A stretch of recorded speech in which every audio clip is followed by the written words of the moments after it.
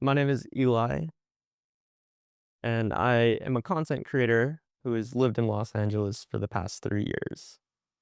I was adopted from South Korea, um, to a mother and father whose faces I'll never see, but I do hope to someday. And I grew up in Colorado with my four adopted siblings, also from Korea, and my two white parents.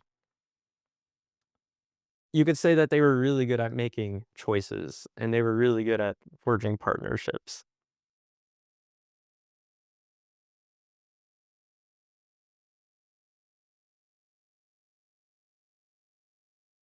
My whole life as the middle of five kids, I felt um, was just a lot of trying to find my place in it all, and trying to be seen in a place that felt right, in my heart.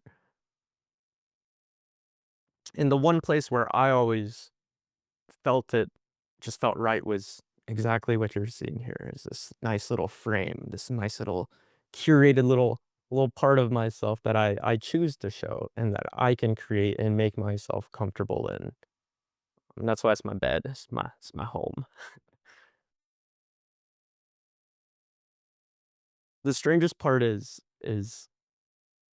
in this little square is the only comfortability sometimes I find in being vulnerable and being myself. And it's because it's so damn scary to be yourself outside of the little box that, you can control, and it terrifies me.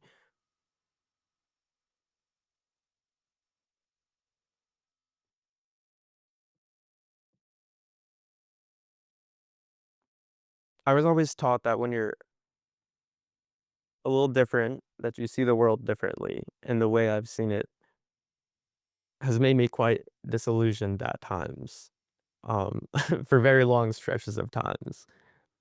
At this time last year, I was discharged from an IOP program, which is an intensive outpatient program, and these programs are designed to save your life when you want to end them.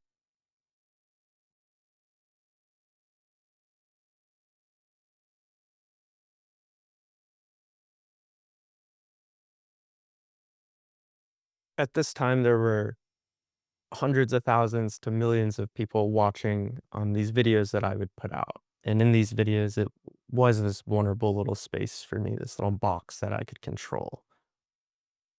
And I did share deeply and showed the emotions and would cry openly because I, in my heart, didn't think it was that weird to cry and to show emotion.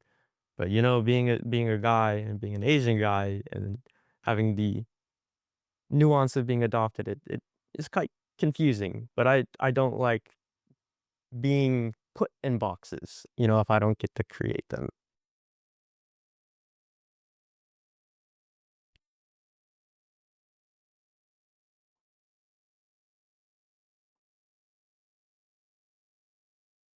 I truly only find vulnerability in these safe, curated spaces, and I think we all do. We craft these little spaces in which we allow ourselves to be seen or to be heard in ways that we want, and sometimes make vulnerability a one-way street.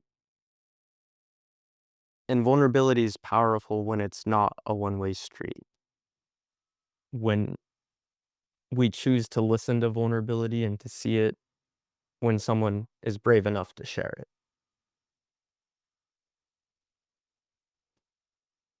And also, often these days, I just don't feel like we expect anything when we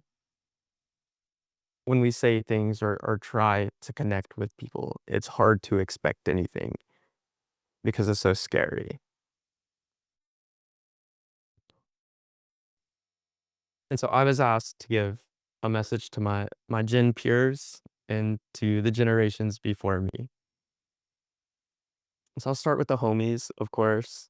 And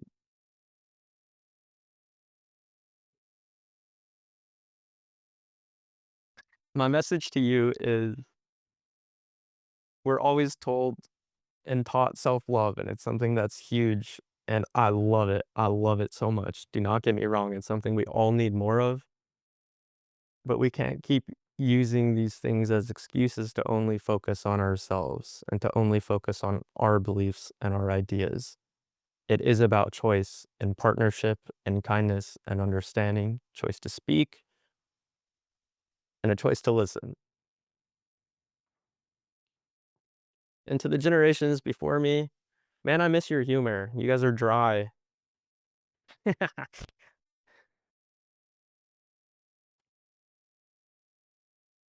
I recently started my first job, and it's the first time where I'm constantly around a mix of generations before me.